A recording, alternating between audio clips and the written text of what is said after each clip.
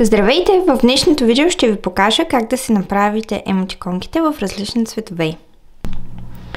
За целта трябва да влезете в Settings, в Accessibility и след това на Display и Text Size и на Color Filters. И обикновено трябва да ви е така антикнато. Съответно, вие се отиквате и може да си избирате.